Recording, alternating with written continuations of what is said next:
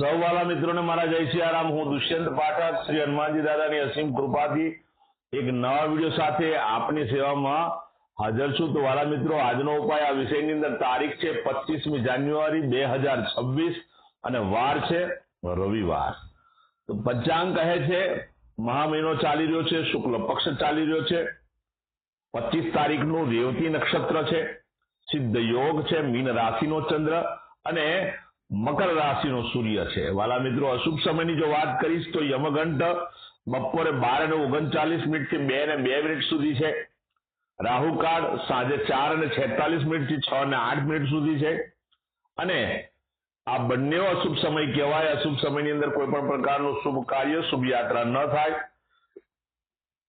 તમારે શુભ કાર્ય, શુભ યાત્રાની શરૂઆત કરવી હોય તો કોઈ સારું ચોગડિયું, સારું મુહૂર્ત લેવું જોઈએ, જેમાં ઉત્તમ અભિજીત મુહૂર્તનો સમય બપોરે 12:17 થી 1:01 સુધી છે। આ સમયની અંદર તમે કોઈ પણ શુભ કાર્ય કરી શકો, શુભ યાત્રાની શરૂઆત કરી શકો। તો હવે વાત કરીશું આપણે આજના ઉપાયની। તો આજના ઉપાયમાં વહેલી સવારે તમે સ્નાન કરવા માટે બેસો ત્યારે તમારે કાળા તલ નાખી દેવાના છે, અડધી ચમચી નાવાના પાણીની અંદર સાથે થોડી હળદર પધરાવી દેવાની છે અને ત્યાર પછી મિક્સ કરી અને તે પાણીથી નાહવાનું છે। ચોખ્ખું પાણી ઉમેરી શકાય, સાબુ શેમ્પૂનો ઉપયોગ પણ કરી શકાય। વાલા મિત્રો, આટલું કાર્ય પતી જાય, સ્નાન થઈ જાય, કપડાં પહેરી લો, પછી ચોખ્ખા ઘીનું તિલક તમારા કપાળની અંદર કરવાનું છે, તમારી નાભી ઉપર કરવાનું છે। આ બે જગ્યાએ ચોખ્ખા ઘીનું તિલક કરવાનું છે। સીધું પછી સંધ્યા ગાળે પશ્ચિમ દિશા તરફનું મુખ રાખવાનું, શ્રી હનુમાનજી દાદાની સમક્ષ શ્રી હનુમાન ચાલીસા અને કાગભૂષણજી રામાયણજીનો પાઠ હનુમાનજી દાદાને અર્પણ કરવાનો છે। રાત્રે સૂતા પહેલા પોતાની જ પથારીમાં બેસવાનું, પલાઠી વાળીને અને ઓમ કૃષ્ણાય વાસુદેવાય હરે પરમાત્મને પ્રણત ક્લેશનાશાય ગોવિંદાય નમો નમઃ આ મંત્ર યથાશક્તિ જપવાનો છે। આ હતો આજનો ઉપાય। વાલા મિત્રો, જે મારા વાલા મિત્રનો જન્મદિવસ તારીખ 25 જાન્યુઆરી 2026 અને રવિવારના દિવસે છે, તેવા મારા વાલા મિત્રોને સૌપ્રથમ તો જન્મદિવસની શુભકામના।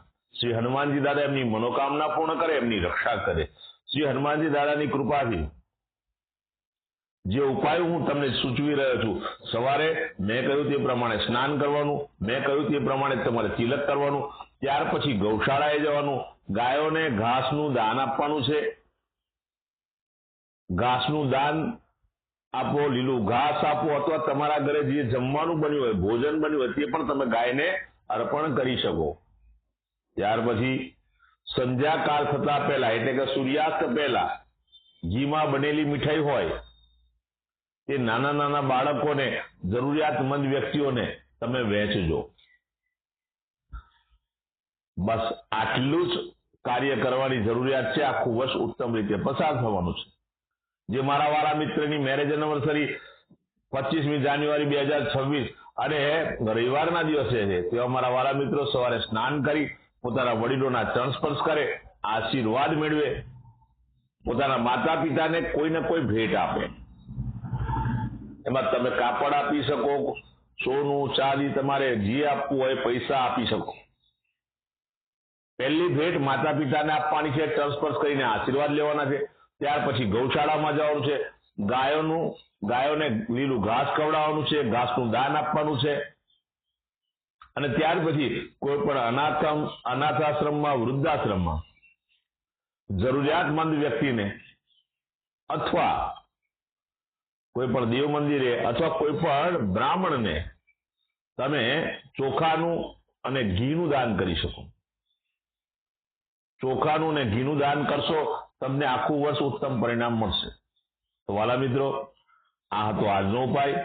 મારા બધા જ વિડીયો યુટ્યુબ પર હોય છે, ફેસબુક પર હોય છે અને ઇન્સ્ટાગ્રામ પર હોય છે। મારું યુટ્યુબની ચેનલ છે જેનું નામ છે દુષ્યંત પાઠક।